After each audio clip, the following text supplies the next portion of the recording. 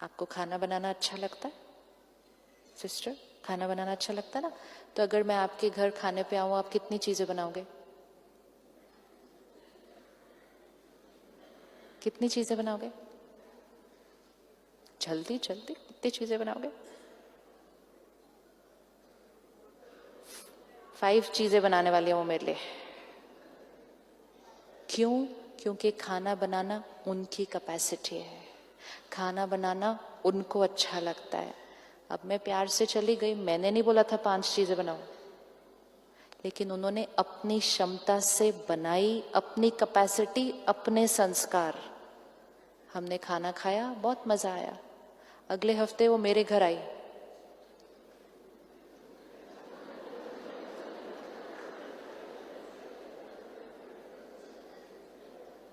तो मैंने कहा चाय तो पी के आए होगे, 6 बज गए, और खाने का तो कोई ट्रेस दिखेगा ही नहीं। Now this is very risky. 5 चीजें बनाई, किसकी कैपेसिटी से बनाई? अपनी कैपेसिटी से बनाई। क्यों बनाई? क्योंकि वो आपका संस्कार है। लेकिन आपने ये एक्सपेक्ट किया जब आप मेरे घर आएंगे तो मैं भी उतनी चीजें बनाऊंगी, और क्योंकि मैंने नहीं बनाई तो आप हर्ट हो गए, और आपने कहा इन्होंने मेरी डिसरिस्पेक्ट की, इन्होंने बनाया ही नहीं मेरे लिए कुछ। और फिर अगले महीने में आपके घर फिर से आई।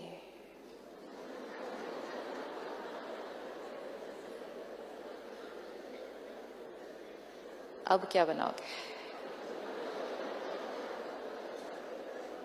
अब क्या बनाना है?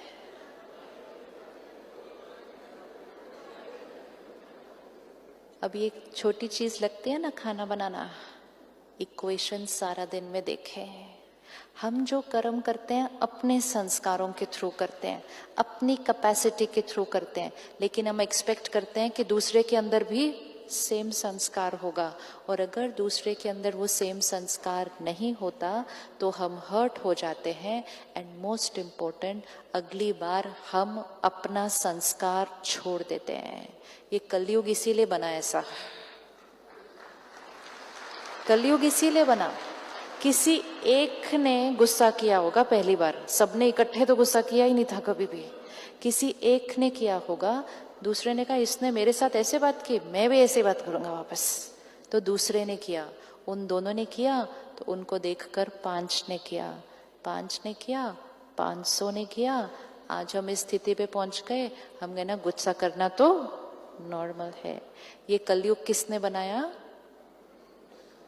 किस किसने कलयुग को बनाने में योगदान दिया? हाथ उठाना। मैंने भी।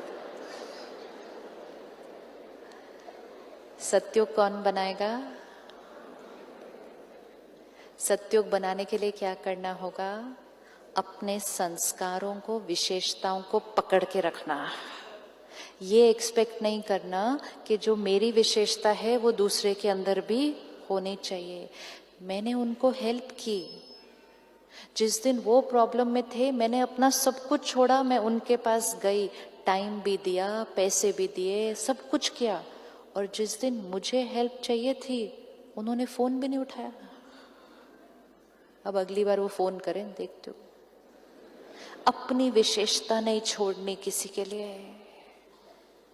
अगर हम सिर्फ अपनी विशेषताओं को पकड़ के रखेंगे सत्युग आ जाएगा, लेकिन अगर हम दूसरों को देख देख कर अपनी विशेषताएं छोड़ते जाएंगे, रिस्की क्यों होता है?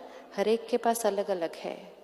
उनके पास खाना बनाने का संस्कार है, मेरे पास नहीं है, लेकिन मेरे पास कोई और विशेषता है जो उनके पास नहीं है।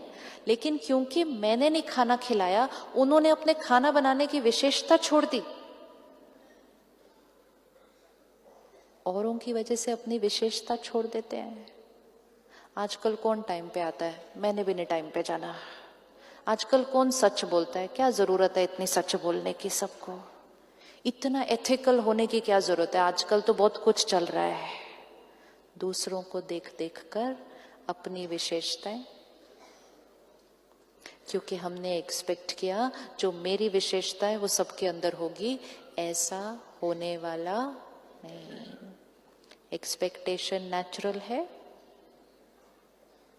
एक्सपेक्टेशन नेचुरल है? नहीं। तो क्या नेचुरल है? एक्सेप्टेंस कि उनकी विशेषता मेरी विशेषता अलग, उनका संस्कार मेरा संस्कार अलग। जब ये क्लैरिटी आ गई, मिसअंडरस्टैंडिंग का कोई कॉन्सेप्ट ही नहीं रहेगा। Misunderstanding means I don't understand your sanskar. Do not try and understand people's sanskars. हम सबके संस्कारों को नहीं समझ सकते।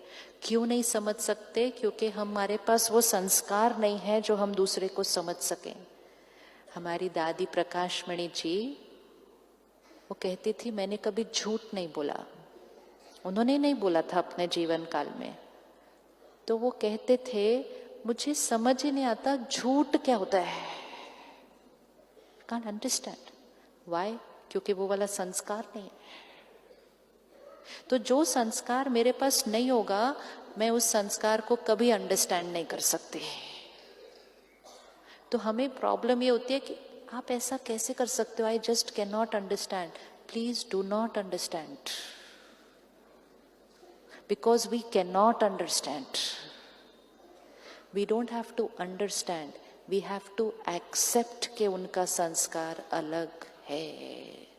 अंडरस्टैंड करना मतलब मैं आपके संस्कार को फील करूं, पॉसिबल ही नहीं है, मेरे पास वो संस्कार नहीं है। तो अंडरस्टैंडिंग शब्द को हटाते हैं और उसको रिप्लेस करते हैं कि आई एक्सेप्ट योर संस्कार। तो मिसअंडरस्टैंडिंग शब्द खत्म।